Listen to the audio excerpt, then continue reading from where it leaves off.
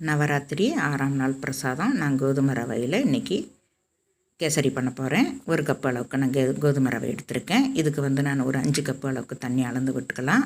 நம்ம தண்ணி அளந்து விட்டுக்கலாம். உங்களுக்கு கொஞ்சம் நல்லா தளன்னு வேணும்னா 6 கப்பு கூட நீங்கள் வச்சுக்கலாம். நான் 5 கப்பு தண்ணி தான் விட்டுருக்கேன்.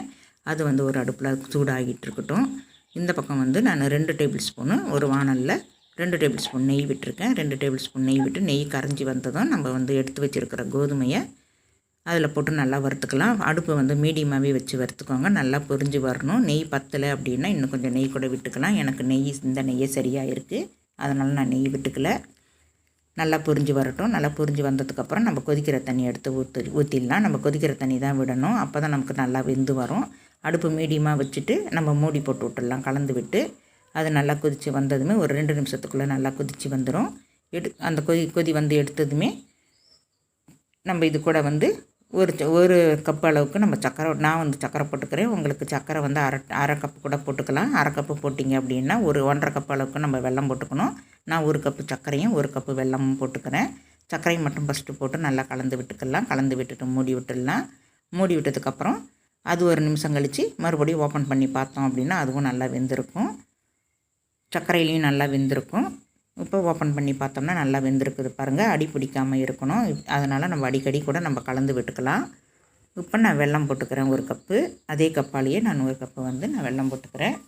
வெல்லத்தையும் நல்லா கரைஞ்சி விட்டு இப்போ நம்ம கொஞ்சம் தளன்னு வந்துடும். மறுபடியும் நம்ம மூடி விட்டு ஒரு 2 நிமிஷம் இருந்தோம்னா நல்லா அதுலேயே நமக்கு நல்லா வெந்து வந்துடும். அடுப்பு மட்டும் கடைசி வரைக்குமே நமக்கு சிம்மில் தான் இருக்கணும். சிம்மில் இருக்கணும், இல்லைன்னா மீடியத்தில் இருக்கணும். இப்போ நல்லா கலந்து விட்டுடலாம். இப்போ கலந்து விட்டுட்டு நமக்கு இதுக்கு நான் இதில் ஒரு டேபிள் ஸ்பூன் அளவுக்கு நெய் விட்டு நான் முந்திரி பருப்பை நல்லா வறுத்து வச்சுருக்கேன். அதையும் இது கூட வச்சு நம்ம கலந்து விட்டுக்கலாம். உங்கள்கிட்ட குங்குமப்பூ இருந்ததுன்னா குங்குமப்பூ போட்டுக்கோங்க. என்கிட்ட குங்குமப்பூ இல்லை, அதனால் கேசரி பவுட்ரு போட்டிருக்கேன். கேசரி பவுட்ரு போட்டு அதையும் கலந்து விட்டுடலாம். அதுக்கப்புறம் நம்ம ஏலக்காய் போட்டுக்கலாம். கொஞ்சோண்டு பச்சைக்கற்பூரமும் போட்டுக்கலாம். லைட்டாக உப்பு போட்டுக்கலாம். ஒரு 2 சிட்டிக்கு உப்பு போட்டுக்கலாம். அப்போ தான் நமக்கு வெல்லம் போட்டிருக்கிறது நமக்கு நல்லா டேஸ்ட் எடுத்து கொடுக்கும். இப்போ இதை நல்லா கலந்து விட்டுட்டு நம்ம மூடி வச்சிடலாம். மறுபடியும் பாருங்கள், நான் கரண்டியால் எடுத்து காட்டுறேன். நல்லா அப்படியே அழகாக நமக்கு விழுகும். இப்போ தான் நான் பச்சைக்கற்பூரம் கொஞ்சமும் ஏலக்காய் கொஞ்சமும் போட்டிருக்கேன். லைட்டாக உப்பு போட்டிருக்கேன். உப்பு போட்டு நல்லா கலந்து விட்டுக்கலாம். கலந்து விட்டு 2 நிமிஷம் கழித்து நீங்கள் கரண்டியால் எடுத்திங்கன்னா அப்படியே அழகாக விழணும். இந்த வீடியோ பிடிச்சிருந்ததுன்னா லைக் பண்ணுங்கள், ஷேர் பண்ணுங்கள், சப்ஸ்கிரைபர் பண்ணுங்கள். மறக்காமல் பெல் பட்டன் நமக்குங்க. பாருங்கள், இப்போ ஓப்பன் பண்ணி பார்த்தோம்னா கரண்டியால் எடுத்தால் கரண்டியில் நமக்கு ஒட்டாது. அந்தளவுக்கு நமக்கு நல்லா விழுகும். நீங்களும் ஒரு வாட்டி செஞ்சு பார்த்துட்டு எப்படி வந்தது அப்படின்றத கமெண்ட் பாக்ஸில் சொல்லுங்கள். தேங்க்யூ.